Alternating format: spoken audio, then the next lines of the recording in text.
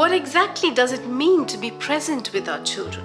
Why do we find it so hard to practice it in our modern day lives?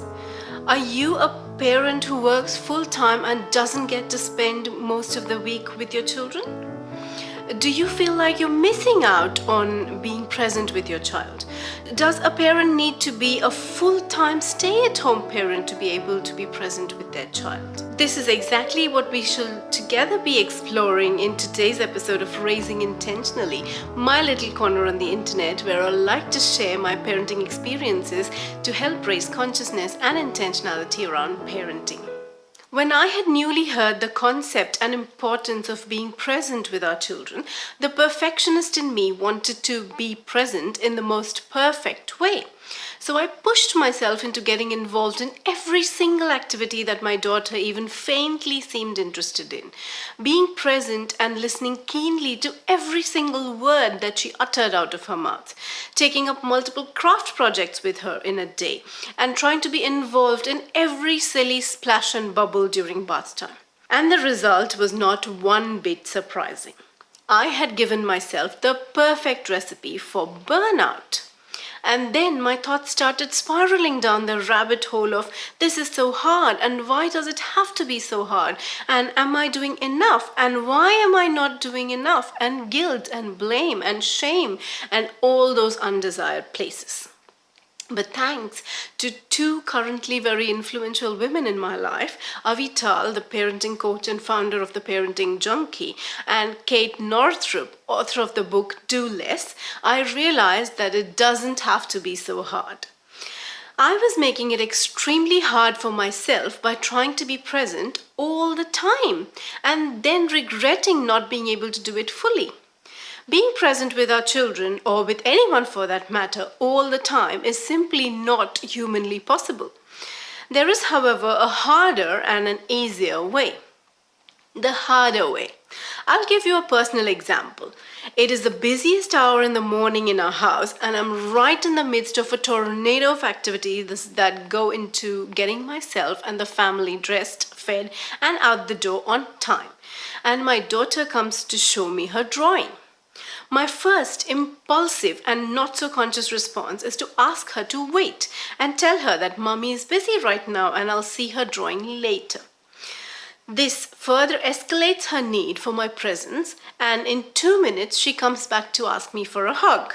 Again I say, later dear, we need to rush and get ready now.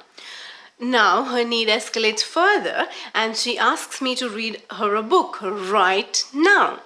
Now this is the perfect moment for friction and conflict and meltdowns. I know from experience that this can only spiral downwards from this point. She will begin to insist that I read to her right now and that we can't wait and how we can't leave without finishing the book. Or worse still, she'll have a complete meltdown and it'll take us roughly extra 45 minutes to get back on track. I will then preach to her how it's important to leave the house on time, blame her for us not leaving on time, and everything else that is negative, nasty, and ugly, not to mention unhelpful, will follow. Fortunately, there is an easier way. So what does this easier way look like? I have noticed through experience that when I choose to intentionally take that clock minute or two to fill up her cup, when I actually stop my tornado of activities and put everything down and stoop down to her level to keenly observe her drawing and really mindfully delight in what she has created, her cup is filled then and there. And she automatically drifts off to play again. And more often than not, her need for my presence doesn't escalate further. And all of the commotion that followed in the previous scenario is avoided. And I actually end up getting more time to get through my morning hustle. Now, I understand that it is not always possible to stop what we are doing and pay attention to our child. But that is exactly my point, that you don't always have to do this.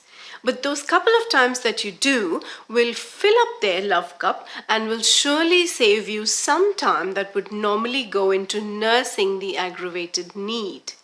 Children are easier to please than we actually imagine they are. And they have very simple expectations of us, which are not even really expectations. They are actually just plain needs.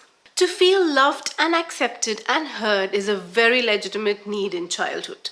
And with a tiny bit of mindfulness, we can satisfy the simple needs of our children more easily than we imagine.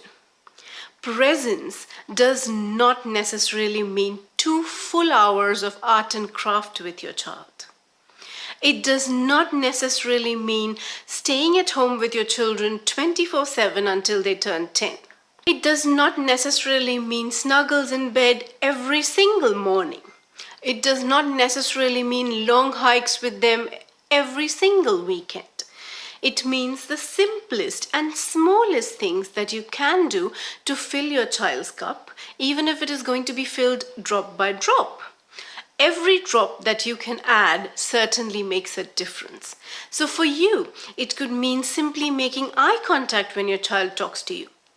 It could mean just looking at your baby while feeding them for just 1 minute, but with full presence before you dive into browsing on your phone.